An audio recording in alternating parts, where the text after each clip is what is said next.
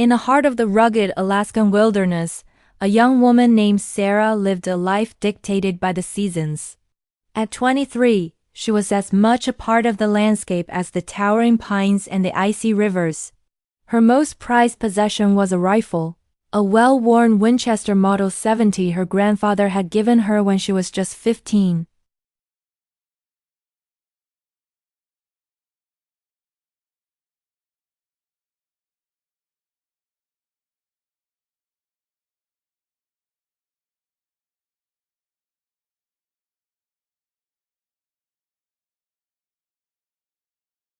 A thing of beauty with a carbon fiber stock and a scope that could probably see into next week.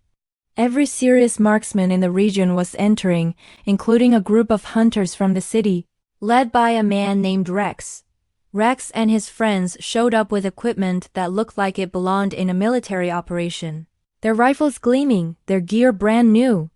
When Sarah arrived at the sign-up table with her old Winchester, she heard the snickers immediately. Rex looked her up and down, a smirk playing on his lips. "Bringing a museum piece to a gunfight, sweetheart?" he drawled. His friends chuckled. "Maybe you should stick to knitting." Sarah's jaw tightened, but she simply signed her name and walked away. Her grandfather's words echoing in her mind. "It's not the rifle that matters, kid. It's the person holding it." The competition began the next morning under a crisp, clear sky. The first round was straightforward. Stationary targets at 200 yards. Rex and his crew hit their marks with mechanical precision, their expensive scopes making it look easy. Sarah took a deep breath, calmed her heart, and squeezed the trigger. The whack. Bullseye. She cleared the round, but the mocking whispers continued. They thought it was a fluke. Moving targets, simulating a running deer, at 300 yards. This is where skill began to separate from technology. The city hunters struggled, their shots landing just behind the moving silhouettes. They weren't used to leading a target with instinct. Sarah, however, had spent years tracking real game. She didn't just see the target, she felt its rhythm. She led it perfectly, her first shot hitting dead center. The crowd, which had been cheering for Rex, fell silent. She didn't miss once. The final round was the ultimate test. A single shot at a small, swinging disc 500 yards away, in gusting winds. It was a shot most considered nearly impossible. Rex went first. He spent a long time adjusting his high-tech scope, calculating windage and drop. He fired. The bullet whizzed past the disc, missing by a few inches. He cursed, blaming a sudden gust of wind. Two of his friends tried and missed as well. Then, it was Sarah's turn. The entire town was watching.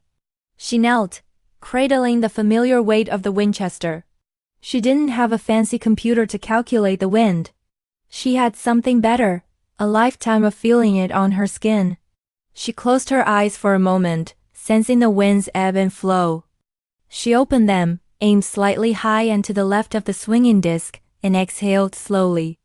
The rifle cracked, a familiar sound that echoed across the valley. For a moment, everything was still. Then, a sharp clang rang out as the bullet shattered the small disc into pieces. A wave of stunned silence was broken by a roar of applause.